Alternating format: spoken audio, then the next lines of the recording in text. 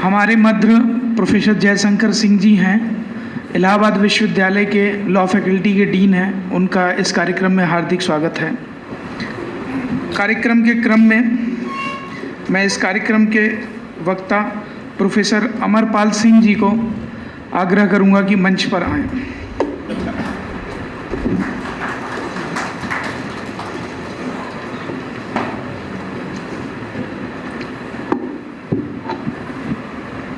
परमादरणीय सभाध्यक्ष प्रोफेसर हरबंश दीक्षित जी, आदरणीय श्री सुशील कुमार शर्मा जी, आदरणीय अशोक मेहता जी, यहाँ पर उपस्थित विद्वान सुधी श्रोतागण, भाई और बहनों, अभी तक 3 वक्तव्य शिक्षा नीति के ऊपर आए। चंद्र प्रकाश जी ने शिक्षा की क्या अवधारणा हो, कैसे उसे हम मैनेज करेंगे, क्या उद्देश्य होंगे, इन सब विषयों के ऊपर चर्चा की एक प्रस्तावना के रूप में। और बाकी के 2 जो वक्तव्य आए उनमें मुझे ऐसा महसूस होता है कि पूरी व्यवस्था पर केवल प्रश्न चिन्ह लगाया गया।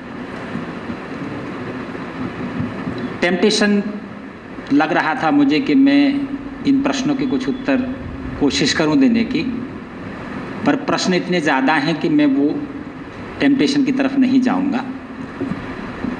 और मैं केवल जो हमारी वर्तमान शिक्षा नीति या जिसे हम राष्ट्रीय शिक्षा नीति 2020 कह रहे हैं, उसी के बारे में बात करूंगा। 3-4 खंडों में शिक्षा नीति क्या कहती है, इस शिक्षा नीति से क्या क्या संभावनाएं विकास की बनती हैं, ये क्या क्या चुनौतियां प्रस्तुत कर रही है, और उन चुनौतियों में कुछ खतरे भी हैं जिनके बारे में हमें आगाह रहना पड़ेगा। हम कुछ भी कर लें, इसे समझना होगा हमें कि 360 डिग्री हम वापस नहीं जा सकते। हमें ये ध्यान रखना पड़ेगा कि जो समय का पैराडाइम होता है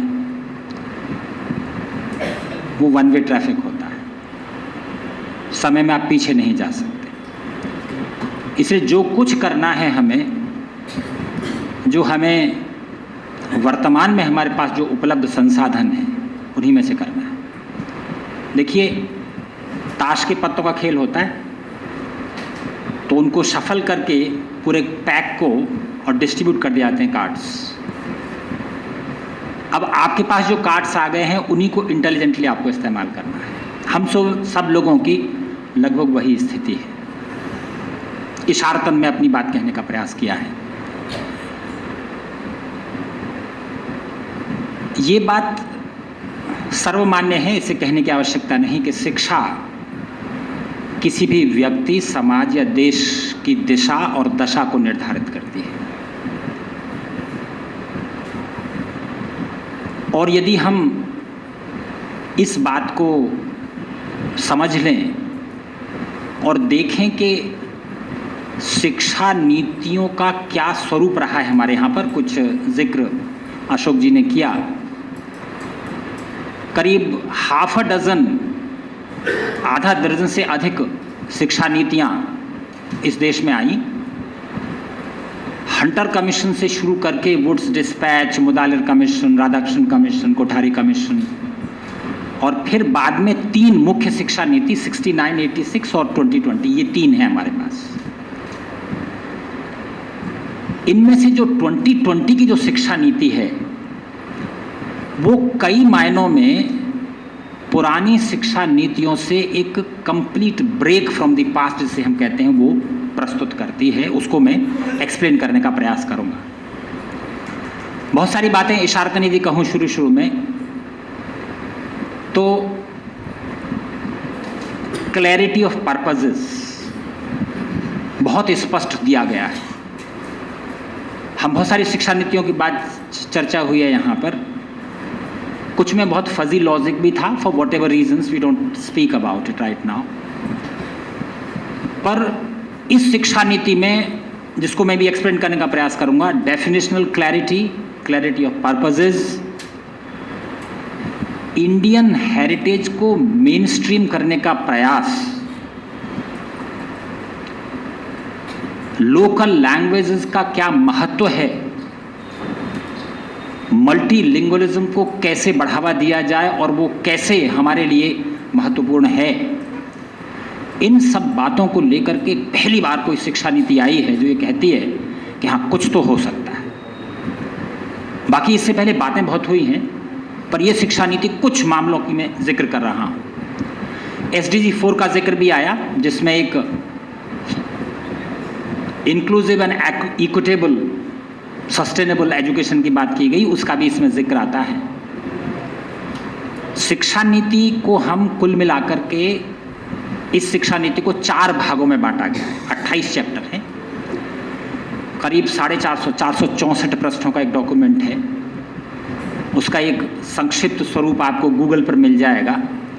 जो अंग्रेजी वाले जो है उसके करीब 60-65 पेजेस हैं और हिंदी वाले में 107 पेजेस हैं। कभी पढ़ के देखिएगा। कुछ बातें हैं जो मैं स्पष्ट कर दूं और बातें हैं कुछ जो शायद आप स्वयं पढ़ करके समझ पाएंगे। 4 भागों में, एक में प्राइमरी एजुकेशन की बात है, एक में हायर एजुकेशन की बात है, तीसरा है की फोकस एरियाज कि हम कहाँ इम्प्रूव करना चाहते हैं, चौथा इम्प्लीमेंटेशन स्ट्रैटेजी की बात है। ये 4 भागों में इसको बांटा गया है। मैं अभी और विस्तार से जाने की आवश्यकता नहीं, मूल विषय की तरफ बढ़ता हूँ। तो मैंने शुरू में कहा कि क्लैरिटी ऑफ पर्पस बहुत शानदार है इस एजुकेशन। 1-2 उदाहरण देता हूँ।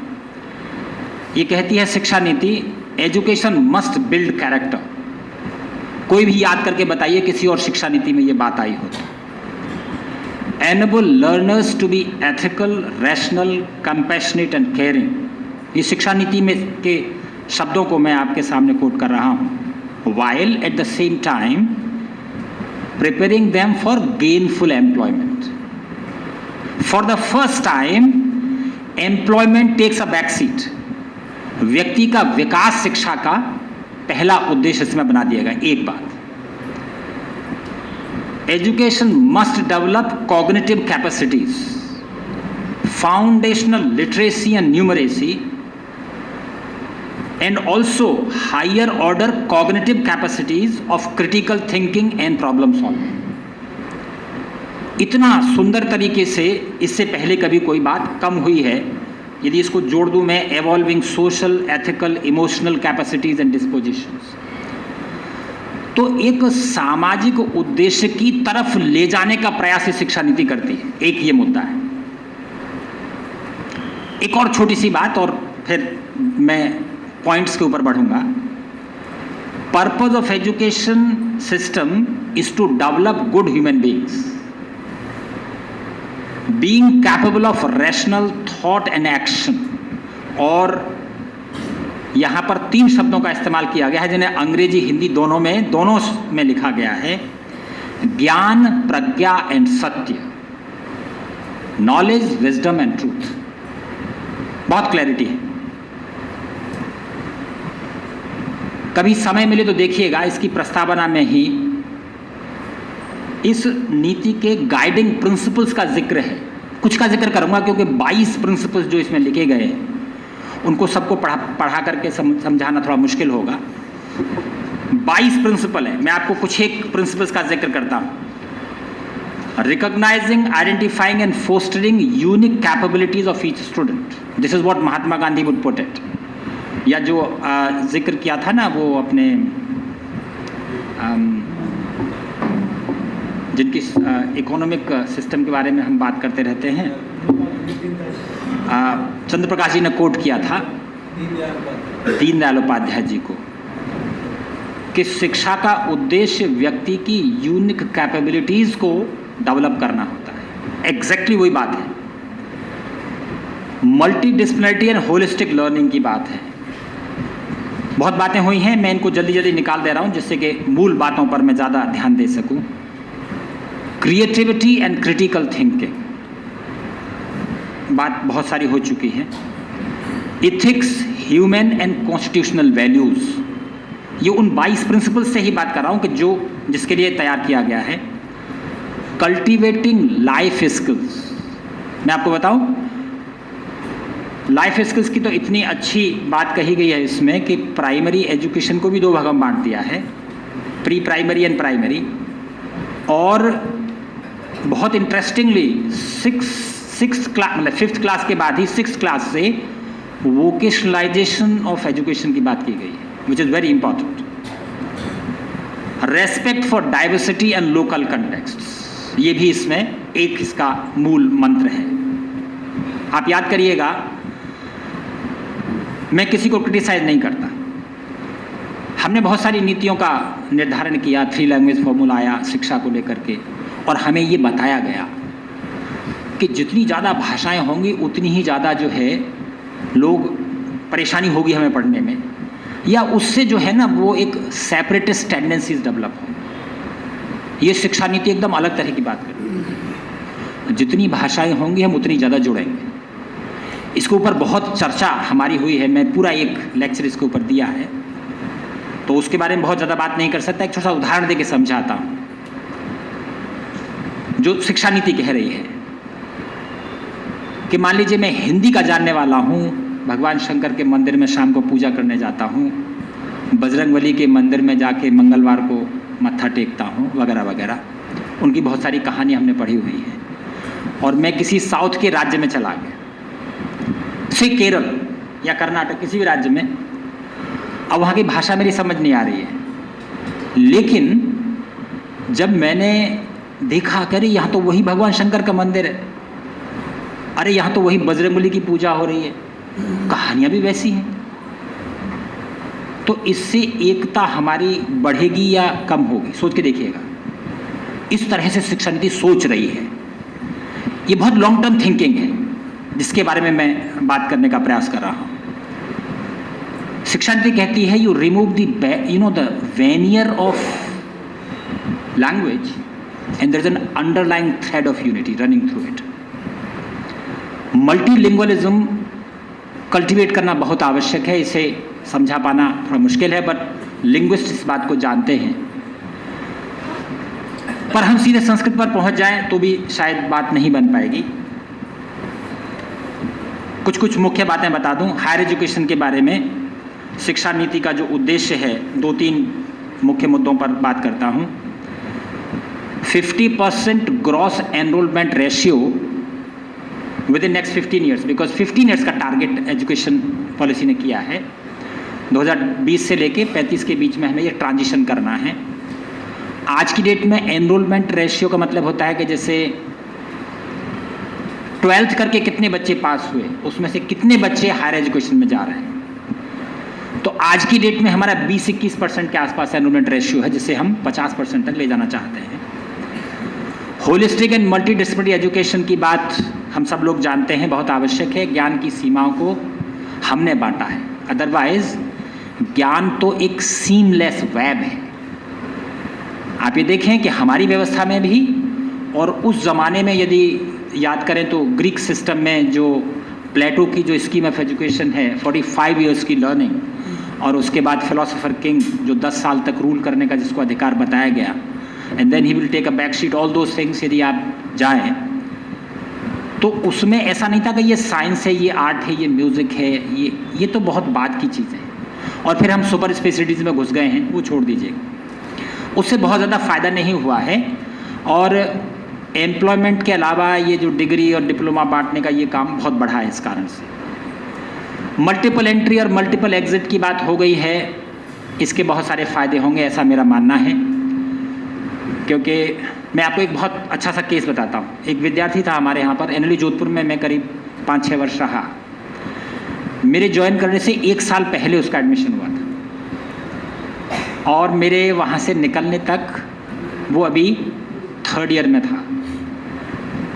उसमें लिखा, हमारे जो उसका यूनिवर्सिटी एक्ट था उसमें ये था कि 8 साल के अंदर अंदर आपको 5 साल की डिग्री पूरी करनी पड़ेगी। उसके 8 साल पूरे होने वाले थे। तो जब 8 साल बाद वो वहाँ से निकला तो वो 12th स्टैंडर्ड था, उसके पास कोई डिग्री नहीं थी। It was tragic. हमने ये कुछ ऐसी स्थितियाँ हैं, इसे हमें समझना पड़ेगा। ये तो किसी को देख के कहा नहीं जा सकता कि ये व्यक्ति किसके उपयोगी है। कुछ करने के बाद समझ में आता है कि पता नहीं इसके लिए शायद अच्छा हो। कई बार हम मछली को इवैल्यूएट करते हैं कि इसको पेड़ पर चढ़ना आता है कि नहीं आता। ऐसा नहीं होता। इसलिए यदि किसी को कोई चीज़ अच्छी नहीं लग रही तो उसको दूसरा इंटरेस्ट कल्टीवेट करने में क्या नुकसान। और इसीलिए मल्टीपल एंट्री एग्जिट सिस्टम्स मेरे हिसाब से इस शिक्षा को स्ट्रीमलाइन करने में, और जो मुख्य उद्देश्य हैं, जैसे एक सबसे मुख्य उद्देश्य है मेन स्ट्रीमिंग नेशनल हेरिटेज, जो बहुत बड़ा उद्देश्य है, इसमें बड़ी मदद मिलेगी हमें।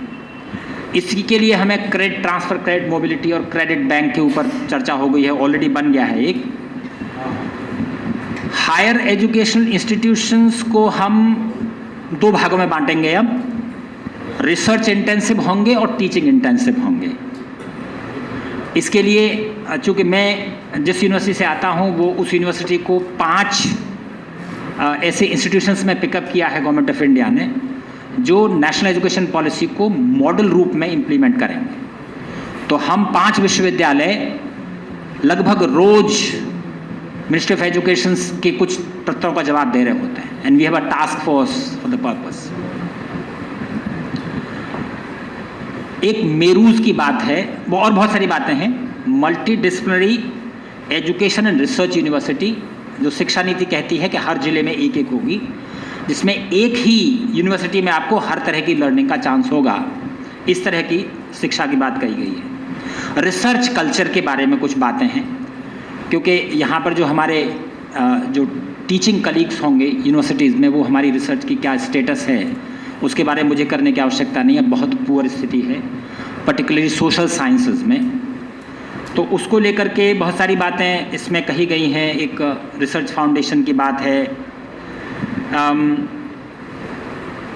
लोअर लेवल पर जैसे हम बात करें तो शुरू से ही एक क्रिटिकल थिंकिंग डेवलप करने के लिए play and discovery based learning की बात है। मिडिल लेवल के एजुकेशन में अटल टिंकरिंग लैब्स के लिए गवर्नमेंट ने काफ़ी पैसा किया है। हम लोग भी उसमें एक अपने यहाँ पर अटल टिंकरिंग लैब बनवा चुके हैं। नया स्ट्रक्चर एजुकेशन सिस्टम का है, जिसमें 5+3+3+4 का सिस्टम है। उसको भी समझाने का मुझे मौका कम मिलेगा। और जो प्योरली रिसर्च इंटेंसिव यूनिवर्सिटीज़ होंगी, उनके पैरामीटर्स गवर्नमेंट अभी तैयार कर रही है कि उनको हम कैसे अलग तरह से व्यवस्था करेंगे। नेशनल रिसर्च फाउंडेशन के कुछ उद्देश्य बता दूं जिससे आपको थोड़ा सा अच्छा लगेगा। इसका मतलब ये नहीं, जो साइंस के मेरे कलीग यहाँ साइंस लर्निंग के टीचर्स होंगे वो देखेंगे कि जो DST, DAE, ICAR, ICMR, UGC, ICSR, SCHR वगैरह से जो हमें ग्रांट्स मिलती हैं वो बंद नहीं होंगी, लेकिन मोटे तौर पर एक ओवर आर्किंग इंस्टीट्यूशन होगा जो बेसिकली 4 तरह के काम करेगा।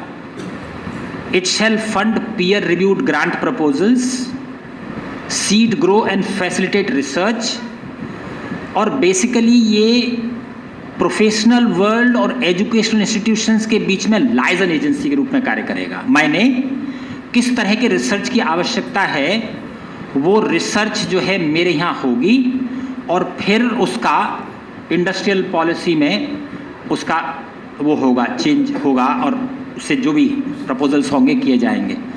तो जैसे उदाहरण के लिए पिछले 2 वर्षों में हमने क्या किया है मैं आपको बता देता हूँ कि बिकॉज मैं IPR चेयर हूँ अपनी यूनिवर्सिटी का, तो हमारे यहाँ पर पिछले बहुत प्रयास के बाद हमने करीब 14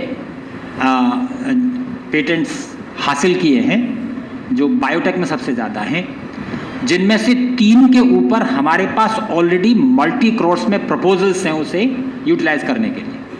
तो इस तरह का एक जो है ना हब तैयार हो रहा है जो नेशनल रिसर्च फाउंडेशन करेगी, और इसके अतिरिक्त वो recognising outstanding research and progress, इस तरह की बातें उसकी हैं बहुत सारी।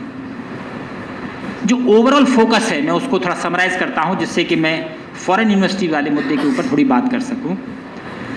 Complete overhaul of the education system, focus on combining the goals of quality and equity. अब इसमें एक छोटा सा प्रॉब्लम ये है कि इक्विटी और क्वालिटी के गोल्स को डिफाइन तो किया गया है, जो मैं प्रॉब्लम मुझे इसमें दिख रही है, लेकिन लोकल गवर्नमेंट्स माने स्टेट गवर्नमेंट्स के ऊपर ये इक्विटी वाला भार छोड़ दिया गया है, जिसका मतलब है कि वहाँ कुछ होगा नहीं। तो equity is going to be a major issue. मुझे लगता है कि इसके ऊपर बहुत सारे पेपर्स लिखे जा रहे हैं, मैंने भी इस पर एक पेपर लिखा है, और आने वाले समय में सरकार को ये सोचना होगा कि इसे सेंट्रल लेवल पर ही हमें मैनेज करना होगा। लेकिन चूँकि डिसेंट्रलाइजेशन अपने आप में एक वैल्यू है, तो उसके लिए भी प्रयास अब कैसे बैलेंस किया जाएगा ये आने वाला समय बताएगा। इसके बारे में ज़्यादा कुछ अभी कह पाने की स्थिति में नहीं है हम लोग। एक जो मेजर इशू जो आ रहा है फॉरेन यूनिवर्सिटी वाला, जिसको लेकर के हम सभी लोग उद्वेलित भी हैं, कंसर्न भी फील कर रहे हैं कि इससे क्या होगा, उसके बारे में थोड़ी सी बात कर लेते हैं। फिर मैं 3-4 पॉइंट्स में समराइज़ करके अपनी बात समाप्त करूंगा। आई थिंक 10 से 12 मिनट में मेरी बात समाप्त हो जाएगी।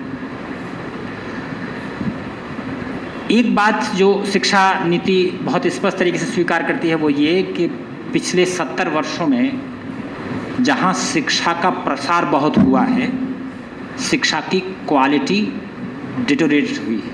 ये बात शिक्षा नीति कहती है, स्वीकार करती है। दूसरी बात शिक्षा नीति ये स्वीकार करती है कि स्टेम एजुकेशन, माने science, technology, engineering and maths की जो एजुकेशन है, उसको जो पढ़ाने की कॉस्ट है, उसकी रियल कॉस्ट बहुत ज़्यादा हो गई है, और चूंकि इसकी एस्टेब्लिशमेंट कॉस्ट बहुत हाई है और इसके लोग ज़्यादातर जो अच्छे इंस्टीट्यूशंस हैं उनके लोग पढ़ कर के विदेश में चले जाते हैं, तो सरकार ने इसको अभी मार्केट के हवाले करने का निर्णय किया है फिलहाल। लेकिन सरकार इस बात का लिए चिंतित है कि ये हम कैसे मैनेज करेंगे। इक्वलिटी एंड इक्विटी सरकार के लिए इसके ऊपर बहुत चर्चा चल रही है। मैं आपको बता दूं, इसे क्रिटिसाइज़ करना बहुत आसान है, लेकिन जिस तरह की थिंकिंग चल रही है लगातार, एक सेंट्रल कमेटी के कोऑर्डिनेशन कमेटी में भी मैं हूँ, तो मुझे जानकारी है थोड़ी बहुत कि कई सारे फ्रंट्स हैं। फॉर एग्जांपल पिछले 5-6 वर्षों में पर्टिकुलरली आपको ये जानकर के ताज्जुब होगा कि हमें अपने रक्षा बजट को लगभग 140% बढ़ाना पड़ा है अचानक पिछले 5-6 वर्षों के अंदर। तो स्वाभाविक है पैसा कहीं ऊपर से टपक नहीं रहा है, तो हम ही लोगों से तैयारी होगी तो किसको पहले किया जाए। चिंताएं ये हैं कि पहले एजुकेशन तय की जाए या पहले सुरक्षा व्यवस्था तय की जाए। बड़ी व्यवस्थाएं, बड़ी प्रॉब्लम है। तो इसके ऊपर इक्विटी और इक्वलिटी के ऊपर, जिसके ऊपर मैंने हालांकि प्रश्न चिन्ह पहले ही लगा दिया है, पर इस पर बहुत मुद्दे हैं जिसके ऊपर लगातार चर्चा हो रही है। फॉरेन यूनिवर्सिटीज़ के बारे में एक छोटा सा पेपर जो हमने रिसेंटली एक्सप्लोर किया, 37 देशों का अनुभव हम लोगों ने कलेक्ट किया। 37 कंट्रीज़ ने फॉरेन यूनिवर्सिटीज़ को अपने यहाँ पर इंपोर्ट किया है, और लगभग 306 हायर एजुकेशन इंस्टीट्यूशंस इन 37 राज्यों में या देशों में अलग अलग स्थानों पर गए हैं। इसमें सबसे इंटरेस्टिंग बात यह है कि जो टॉप 100 इंस्टीट्यूशंस हैं दुनिया के, उनमें से एक भी इंस्टीट्यूशन बाहर अपनी यूनिवर्सिटी लेके नहीं गया। अच्छी बुराई की बात है नहीं, मैं अभी सूचना देना ज़रूरी है, वो बता देता हूँ आपको। चाइना में करीब 42 यूनिवर्सिटीज़ ने अपने सेंटर्स एस्टेब्लिश किए हैं। यूनाइटेड अरब एमिरेट में करीब 33 इंस्टीट्यूशंस ने अपने कैंपस बनाए हैं। सिंगापुर में 16 यूनिवर्सिटीज़ ने अपने कैंपस बनाए हैं, और मलेशिया में और भी हैं बहुत सारे, मलेशिया में 15। मैंने जो मोटे मोटे पॉइंट्स से वो जॉट डाउन किए हैं। इसमें एक जो सबसे सक्सेसफुल मॉडल हमारे सामने आया है वो न्यूयॉर्क यूनिवर्सिटी संघाई का है, जिसे हम कहते हैं ना कि क्योंकि हमारे यहाँ पर अभी भी एजुकेशन को सही गलत की मैं अभी इवोल्यूशन नहीं कर रहा हूँ, पर जिसे कहा जाए कि कॉस्ट आउटपुट लगभग बराबर सा है, वो केवल एक संघाई न्यूयॉर्क यूनिवर्सिटी का संघाई में जो है उसका आता है।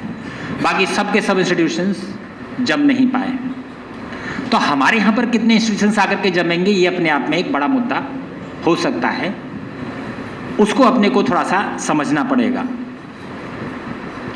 एक फॉरेन हायर एजुकेशन इंस्टीट्यूशंस की जो परेशानी है वो ये है कि ये अपनी ब्रांडिंग परसेप्शंस को लेकर के बड़े कॉन्शियस हैं, और इसीलिए जो 100 यूनिवर्सिटीज़ का मैंने जिक्र किया, कि उनमें से एक भी यूनिवर्सिटी ने अपना कैंपस बाहर नहीं किया है।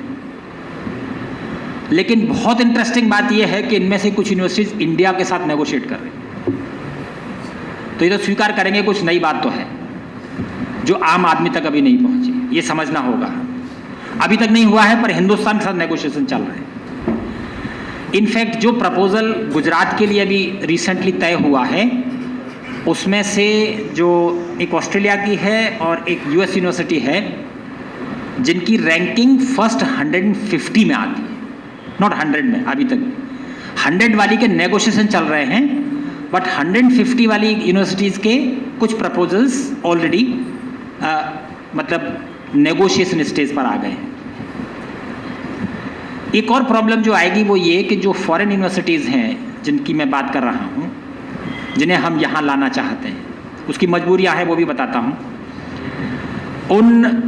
वो सब यूनिवर्सिटीज़ केवल स्टूडेंट की फीस पर नहीं चलती, वो यूनिवर्सिटीज़ बड़ी बड़ी जो एंडाउमेंट्स होते हैं, फाउंडेशंस होती हैं, उस पर चलती हैं। फॉर एग्ज़ाम्पल आपको ये जानकर के ताजुब होगा, अशोक जी ने जिक्र किया कुछ यूनिवर्सिटीज़ स्टॉक एक्सचेंज में भी रजिस्टर्ड हैं। Harvard is one of them. Harvard का बजट, अकेली यूनिवर्सिटी का बजट इंडिया के पूरे एजुकेशन सिस्टम से ज़्यादा बड़ा है। छोटी मोटी बात नहीं है, समझना होगा हमें इन सब चीज़ों को। तो ये हमें थोड़ा सा परेशानी की बात है कि कैसे इन यूनिवर्सिटीज़ को हम लेकर के आएंगे यहाँ पर। एक जो है प्रॉब्लम वो ये है कि ग्लोबल इंस्टीट्यूशंस को अट्रैक्ट करने के लिए एक इकोसिस्टम की आवश्यकता है। उनके लिए ग्रीन सिग्नल से बात नहीं बनेगी। क्या हम उस इकोसिस्टम के लिए तैयार हैं? और इसके लिए कुछ expression of interest government of India के पास ऑलरेडी है। And this is the point I wanted to make कि 100 यूनिवर्सिटीज़ में से कुछ यूनिवर्सिटीज़ बात कर रही हैं एक्सप्रेशन ऑफ इंटरेस्ट।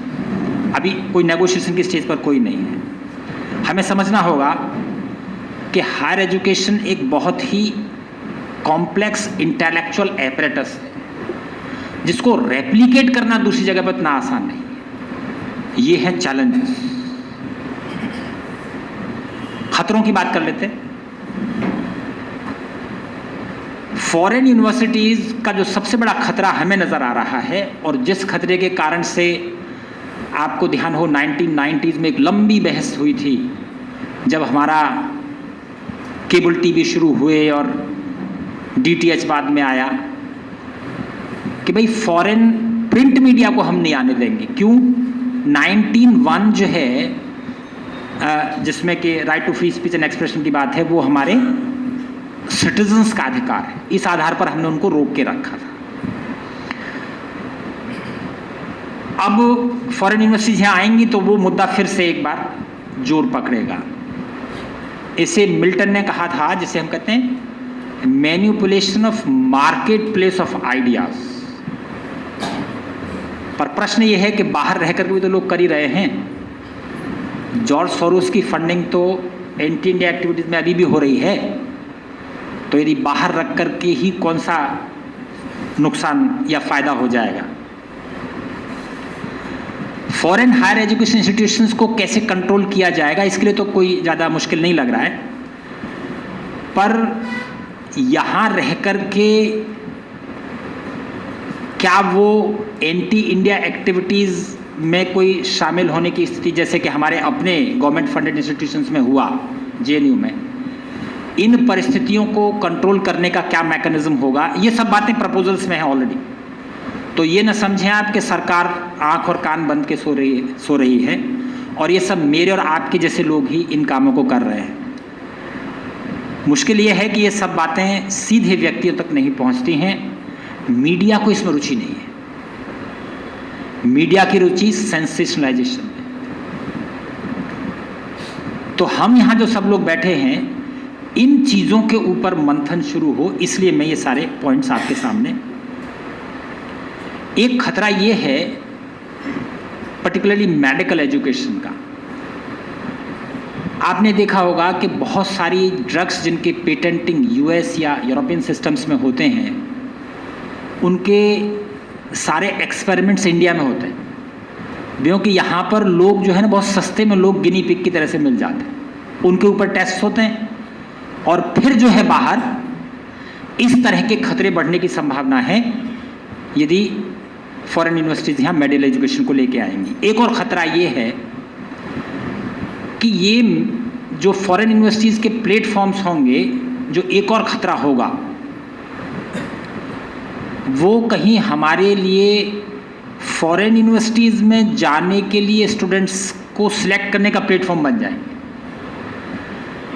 जैसे मैं पिछले दिल्ली में आकर के मैंने महसूस किया, जब तक मैं पेरिफेरीज में था जोधपुर या लखनऊ में, तब तक मेरी बात ज़्यादा समझ में नहीं आई कि बहुत सारे फॉरेन स्कॉलर्स जो दिल्ली में ज़्यादा आते हैं या कुछ एक इंस्टीट्यूशंस में ही वो जाते हैं, उसके पीछे ज़्यादातर वो अपनी एडवर्टीजमेंट करते घूमते हैं क्योंकि वहाँ पर सारा हिंदुस्तान का स्टूडेंट इकट्ठा होता है, हमारे पास ये है, हमारे पास ये है, हमारे पास ये है, उस तरह की बातें वो। तो ये जो फॉरेन यूनिवर्सिटीज़ के प्लेटफॉर्म्स होंगे, कहीं ये हमारे विद्यार्थियों को और ब्रेन ड्रेन की ओर न ले जाएं, एक ये खतरा भी बनता है। ये कुछ एक खतरों की बात मैंने करी।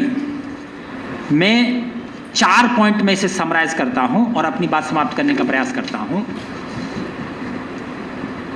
कि एक तो फॉरेन यूनिवर्सिटीज वाला मैंने आपको बता दिया है क्या चल रहा है और क्या खतरे हम भांप रहे हैं जो लोग इन सिस्टम्स में काम कर रहे हैं। मैं बहुत छोटा सा उसमें एक प्यादा हूं, पर बहुत बड़े बड़े लोग हैं इसमें। फॉरेन यूनिवर्सिटी वाला मैंने आर्टिकुलेट कर दिया है। दूसरा एक जो चैलेंज आने वाला है कि हमारी जो एग्जिस्टिंग एजुकेशन सिस्टम है और ये चीज़ें कितनी ख़तरनाक और कितनी मुश्किल हैं, उसे मैं अभी महसूस कर रहा हूँ पिछले 2 वर्षों में, क्योंकि इसको ट्रांसफॉर्म करने के लिए करेंट एजुकेशनल एपरेटस को इस नई थिंकिंग के अनुसार कितना मुश्किल होगा, वो हम इन 5 इंस्टीट्यूशंस में महसूस कर रहे हैं। मेरी यूनिवर्सिटी में से एक है। तो जब हम सेंटर में बैठ करके बहुत मुश्किल कर रहे हैं तो पेरिफेरीज में कैसे होगा, माने कुछ होगा नहीं, ऐसा हो सकता है। तो ट्रांजिशन फेज हमारे लिए बहुत मुश्किल होने वाला है, ये एक दूसरा चैलेंज है। तीसरा जो मेजर चैलेंज है जो हम आइडेंटिफाई कर रहे हैं वो ये है कि इस नई एजुकेशन के हिसाब से मार्केट, जॉब मार्केट को कैसे रिक्रिएट किया जाएगा। जैसे उदाहरण के लिए मैं बहुत उदाहरण देता हूं कि हमने अपनी यूनिवर्सिटी में ऑलरेडी एक नया स्कूल, जिसे हम स्कूल ऑफ लिबरल आर्ट्स कह रहे हैं, उसके लिए हमने प्रोसेस शुरू कर दिया है। इनफैक्ट इस बैच में हमारे एडमिशन हो जाएंगे। हमारा ब्रोशर तैयार है, मेरे ख्याल से 1-2 दिन में या इसी वीक में आने वाले में वो रिलीज़ होगा और हमारे एडमिशन्स जो हैं वो अप्रैल-मई में हम पूरे कर लेंगे और जुलाई फर्स्ट वीक में हम लोग अपनी क्लास शुरू कर देंगे लिबरल आर्ट्स। लेकिन जॉब मार्केट कैसे होगा? तो हम इस मामले में एक एक्सपेरिमेंट प्राइवेट सिस्टम्स में हुआ है, क्योंकि हम चारों तरफ नज़र मारते हैं अशोका यूनिवर्सिटी का। तो अशोका यूनिवर्सिटी के कुछ लोगों को हमने अपनी टीम में शामिल किया है और उसके लिए हम लोग प्रयास कर रहे हैं। तो हम लोग सेंटर में बैठ के समझने का प्रयास तो करें कि कैसे करेंगे। तो मैं ये आइडेंटिफाई करने का कोशिश कर रहा हूँ, समझाने का प्रयास कर रहा हूँ कि तीसरा जो क्षेत्र होगा वो होगा कि हम जॉब मार्केट को कैसे रिक्रिएट करें in accordance with the vision and the intent of this policy. और चौथा जो सबसे बड़ा, जिसका जिक्र यहाँ पर हो चुका है ऑलरेडी, अशोक भाई साहब ने और शर्मा साहब ने इसके ऊपर बहुत लंबी चर्चा की है, changing the mind sets of the people. और जब मैं यहाँ आया था अभी थोड़ी देर पहले, तो फॉर्चुनेटली इसी विषय के ऊपर चंद्र प्रकाश जी से मेरी करीब आधा घंटे बहस हुई। इसे भी समझना आवश्यक है। 2 मिनट में अपनी बात समाप्त करता हूँ। शिक्षा से जुड़ा हुआ जो सबसे बड़ा चैलेंज है वो है माइंड सेट्स को चेंज करने का चैलेंज। माइंड सेट्स को चेंज करने का चैलेंज 1 वर्ष, 10 वर्ष, 50 वर्ष, 100 वर्ष का नहीं होता। हालांकि चाइनीज ये कहते रहे हैं कि if you plan for a year show crops. If you plan for a decade, plant trees. If you plan for centuries, plant man. पर मुझे ऐसा लगता है, और इसको बहुत शिक्षाविद इस बात को स्वीकार करते हैं, देश और विदेश के भी, इससे भी जो बड़ा चैलेंज है वो है माइंड सेट्स को चेंज करना। दो उदाहरण, एक देश का और एक विदेश का, और वो इसलिए कि विदेश की बात हम आसानी से समझ पाएंगे क्योंकि वो हमसे थोड़ा दूर है। एक्चुअली होता क्या है कि शीशा जब हमारे बहुत नज़दीक होता है ना, तो हम अपनी शक्ल उसमें देख नहीं सकते क्लियरली, थोड़ा दूर रखना पड़ता है। हम अपनी बहुत सारी चीज़ें, अपनी कमियों को समझ नहीं पाते कि हमारे माइंड सेट से कितने इश्यूज़ हैं। फॉर एग्जाम्पल कास्ट सिस्टम, कितने वर्षों से प्रयास कर रहे हैं हम लोग, अभी तक क्यों बाहर नहीं आए माइंड सेट से? जस्टिफिकेशन ढूंढ रहे हैं हम लोग। एक समय कास्ट सिस्टम का जस्टिफिकेशन, कास्ट सिस्टम का नहीं, वर्ण व्यवस्था का जस्टिफिकेशन था, लेकिन पिछले लगभग 200 वर्षों के इतिहास में अभी हम लोगों को इतना नहीं समझा पाए हैं कि वर्ण व्यवस्था और कास्ट सिस्टम में क्या फर्क है। माफ कीजिएगा मुझे, यहाँ सब सुधी श्रोता हैं, जानते हैं इस बात को। तो ये जो माइंड सेट्स के अगेंस्ट हम जो युद्ध कर रहे हैं, ये युद्ध हमें संभवतः 1000 वर्षों तक लड़ना होगा। आप तैयार रहिए इसके लिए।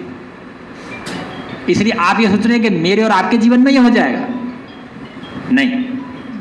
शिक्षाएं कभी 10, 50, 100 वर्ष में प्लान नहीं होती।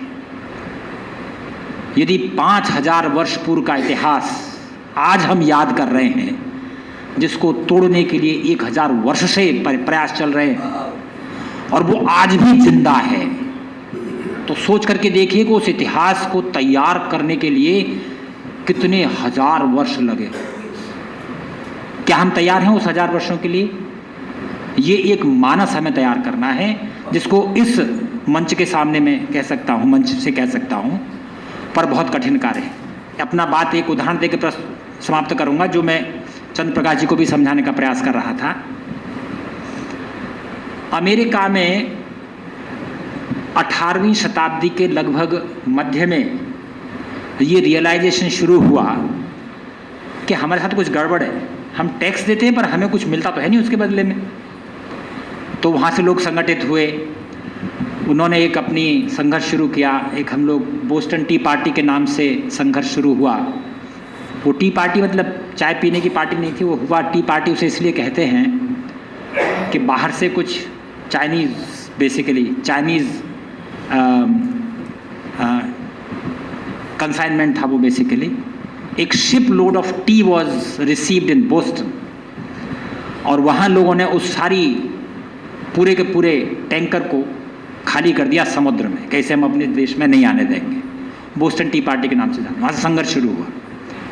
20-25 वर्षों में एक घोषणा पत्र तैयार हुआ, जिसकी पहली लाइन थी ऑल आर बॉर्न इक्वल। एक ही पॉइंट बता रहा हूँ बस मैं खाली। अब साहब 20 साल और प्रयास हुआ तो एक संविधान बन गया, लागू हो गया, और 10 साल में करीब 20 अमेंडमेंट हुए। ये सब हुआ 18वीं शताब्दी में। 60-70 वर्ष तक उसके ऊपर संघर्ष राय से इम्प्लीमेंट करते हैं। वहाँ के सुप्रीम कोर्ट ने 1855-56 का जजमेंट है, अशोक भाई साहब इस विषय पर और अच्छी एक तकरीर दे सकते हैं। ड्रेड स्कॉट का केस हम लोग जानते हैं। अमेरिकन सुप्रीम कोर्ट ने जजमेंट दिया कि एक स्लेव पेरेंट का बालक जो हमारे पास आया है कि मुझे फुल सिटीजनशिप राइट्स चाहिए, उसे वो राइट्स नहीं मिलेंगे क्योंकि वो स्लेव पेरेंट का बालक है। मैं इक्वलिटी का एक ही पॉइंट का जिक्र कर रहा हूँ, बहुत सारी बातें हैं। और 50 वर्ष बाद, अभी वही सुप्रीम कोर्ट की बात कर रहा हूँ, 1898 में जयशंकर जी भी बैठे हैं, वो जजमेंट आपने भी पढ़ा होगा, प्लेसी वर्सेस फर्गुसन का जजमेंट आया, जिसमें जस्टिस हार्लान का एक जजमेंट है, इक्वल बट सेपरेट डॉक्ट्रिन। क्या बराबर तो हो सकते हैं हमारे, पर हमसे अलग है। आप इसको नोट करिए, 200 वर्ष तक इतने विकास और प्रयास के बाद अमेरिका में आज भी इक्वलिटी का सिद्धांत स्वीकार्य नहीं है ग्राउंड पर। आप वहाँ के पुलिस स्टेशन में जाकर के बैठ जाइए, ज़्यादा करने की ज़रूरत नहीं है। यदि वाइट एक मर्डर करके आया है तो उसको कंफर्टेबल तरीके से रखा जाता है, उसको ह्यूमन राइट्स का ट्रीटमेंट होता है, चाय पिलाई जाएगी, सब किया जाएगा। और यदि एक ब्लैक को सिगरेट पीते हुए पकड़ा है तो उसके साथ जो व्यवहार होता है आप इमेजिन नहीं कर सकते। किलिंग्स वहाँ पर आज भी ब्लैक्स की किस तरह से होती हैं मुझे कहने की, रोज आप अखबार में पढ़ते हैं। मायने क्या हुआ? माइंडसेट्स इतने भी बज नहीं हुए। हम लोग खुद अपने यहाँ पर कास्ट सिस्टम को लेकर के 200-250 वर्षों से बात कर रहे हैं, कितना हमने प्रोग्रेस की है। तो यदि हम ये सोच रहे हैं कि ये शिक्षा नीति 10-20 वर्ष में, 50 वर्ष में कोई अचानक से ऊपर से वो ला देगी, ये तो संभव नहीं है। ऑब्वियसली ऐसा भी नहीं है कि होगा नहीं, पर हमें एक लंबे युद्ध के लिए तैयार रहना होगा। और सबसे पहले तो ये माइंडसेट तैयार करना है कि हम जिस रिच हेरिटेज को क्लेम करने की बात कर रहे हैं और ये शिक्षा नीति उसे मेन स्ट्रीम करने की बात कर रही है, क्या हम उसके लिए तैयार हैं? ये कम से कम 1000 वर्ष का प्रोजेक्ट है। और इसलिए एक बात और याद दिला देता हूँ जो विवेकानंद जी ने किसी एक लेक्चर में कही थी, और हम हिंदुस्तानी लोग उसको बहुत अच्छे समय से जानते हैं, समझते हैं, पर कई बार महसूस नहीं करते। ये बात हम बाहर जाके कर सकते हैं, अपने जो लिबरल फ्रेंड्स हैं उनसे भी पूछ सकते हैं। पास्ट कभी मरता नहीं है। हम कहते हैं नहीं तो पुरानी बातें थी, पास्ट कभी मरता नहीं है। Past is always a project of the future. मैं अपनी बात ये कह के समाप्त करूंगा कि ये शिक्षा नीति ये प्रयास कर रही है, कमियां हैं इसमें शिक्षा नीति में। मैंने कमियों को ज़्यादा हाईलाइट इसलिए नहीं किया क्योंकि पहले ही बहुत सारे प्रश्न चिन्ह लगा दिए गए थे, तो इसलिए मैंने कहा मुझे दूसरा पक्ष ले लेना चाहिए इस वक्त, क्योंकि श्रोताओं के लिए भी दोनों तरफ की बात समझाना आवश्यक है।